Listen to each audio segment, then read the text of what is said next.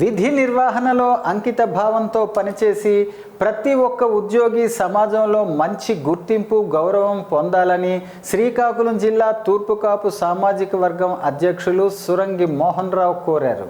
శనివారం శ్రీకాకుళం నగరంలో ఒక హోటల్లో శ్రీకాకుళం జిల్లా తూర్పుకాపు ఉద్యోగ సంక్షేమ సంఘం ఆధ్వర్యంలో ఏర్పాటు చేసిన అభినందన సభకు ఆయన ముఖ్య అతిథిగా హాజరయ్యారు. ఈ సందర్భంగా మాట్లాడుతూ ఉత్తరాంధ్ర జిల్లాల పరిధిలో ఉన్న కులాల్లో తూర్పుకాపు సామాజిక వర్గం అతి పెద్దదని, ఎంతోమంది పెద్దలు ఈ కులం నుంచి వివిధ రంగాలలో దేశ విదేశాల్లో స్థిరపడ్డారని, వారంతా శ్రీకాకుళంలో నిర్మాణం కాబోతున్న సామాజిక భవన్ నిర్మాణానికి తమ వంతు సహకారాన్ని అందించాలని కోరారు.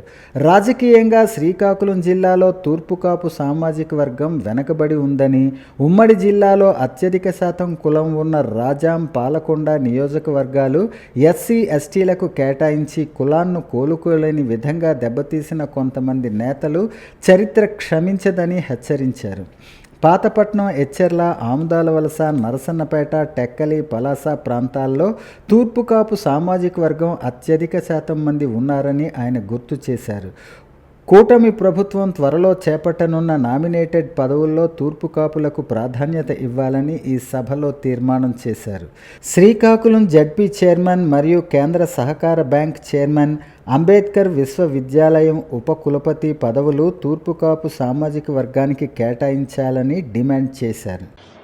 తూర్పుకాపు ఉద్యోగుల సంక్షేమ సంఘం తరపున మరియు తూర్పుకాపు సామాజిక సంక్షేమ సంఘం తరపున తూర్పుకాపు ఉపాధ్యాయులకు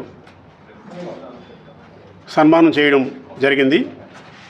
ఉత్తమ హెచ్ఎంగా జిల్లా స్థాయి అవార్డు అందుకున్న వి సత్యనారాయణ గారు, అలాగే జాతీయ స్థాయి అవార్డు అందుకున్న కరిమ రాజేశ్వరరావు గారికి మా సంఘం తరపున ఈరోజు ఆంధ్ర తాలూకా సమక్షంలో ఘన సన్మానం చేయడం జరిగింది.